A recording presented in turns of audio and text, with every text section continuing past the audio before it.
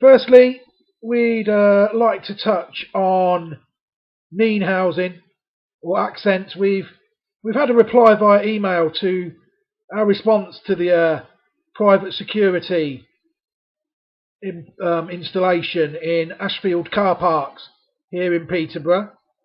We feel disappointed that really it's a shame that it couldn't have been given while it was able to influence the decision.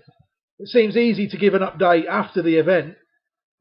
Nobody can really influence the decision afterwards, can they? So we found the timing of that was quite interesting, considering that they chose not to go on the record at the time.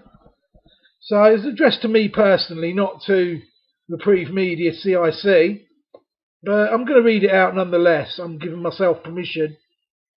So let me bring it up on the screen. Mr. Newman, no hello or anything. No, I hope all is well or anything. No greeting. Thank you for taking the time to review the consultation to all residents sent at Ashfields and for your feedback on the suggested proposal for the private enforcement company in relation to the parking difficulties we are experiencing at Ashfields. See, they are saying it's an ongoing issue. We are experiencing it. I am not experiencing it. I have not ever seen anybody experience it, apart from the contractors today, funnily enough. I can confirm the contents of your email and your objections have been duly noted. I will respond to each of the issues you have raised, point by point. I can advise the car parking company are not a security company. She just referred to them as private enforcement. But they're not a security company. Private enforcement, security company, they don't mean the same thing.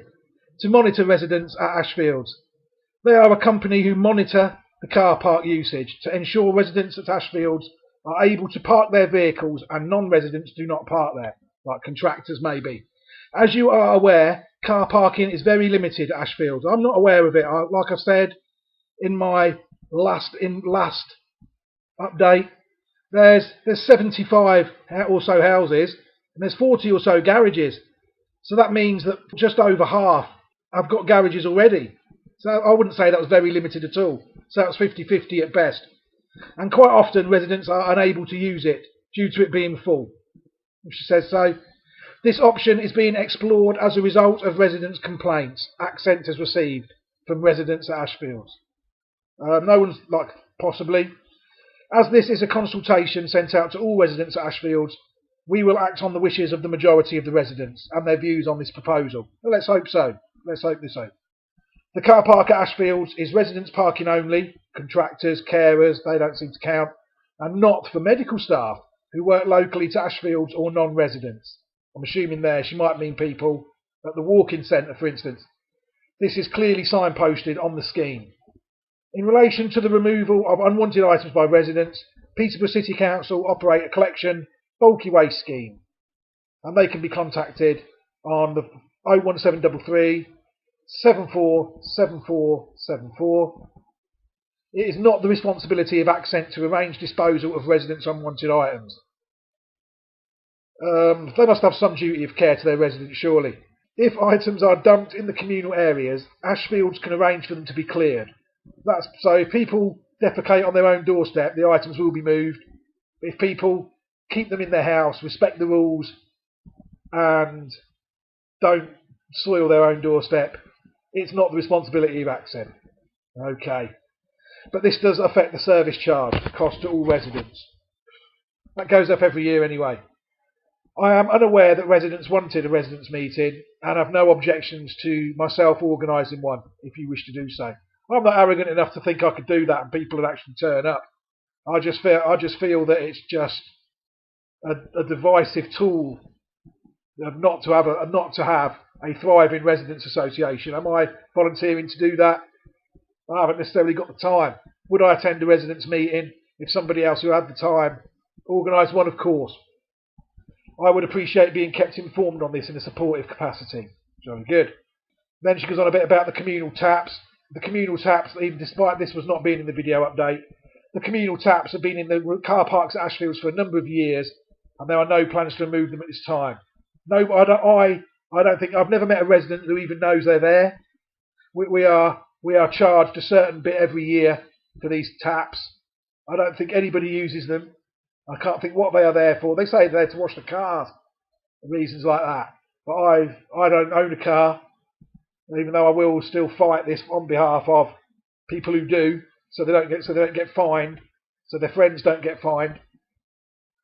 So that's it really. I hope I've clarified things for you. However, if you have any further comments, please contact me. I will be contacting them because I'd like to know what happened in the hypothetical instances over the festive and New Year period where people maybe who had a carer were visited by people, more than one at a time, and they all came by car. Say, for instance, somebody had their brother and their mother round, both in separate cars, and then the carer turned up in a separate car. What would happen there? You know, it's absolutely that is a viable instance. I think sitting there with a slight laugh on my face as I say it, but it could happen. I wouldn't put any money on it, but it could happen nonetheless. So that's regarding that. Also, I noticed the other day when I was going through town about the Nene housing office, I mentioned in the update that it had actually been closed down. I was amazed. The Nene housing are actually developing it into flats that they're going to own themselves. So not only are the residents seem to be losing service, that Nene housing actually seems to be profiting from it as well, which I find incredible. So I've been given an email to suggest that I contact the regional housing director about that, which that's obviously on a rather long list of to-do things as well. That's it regarding Nene housing really.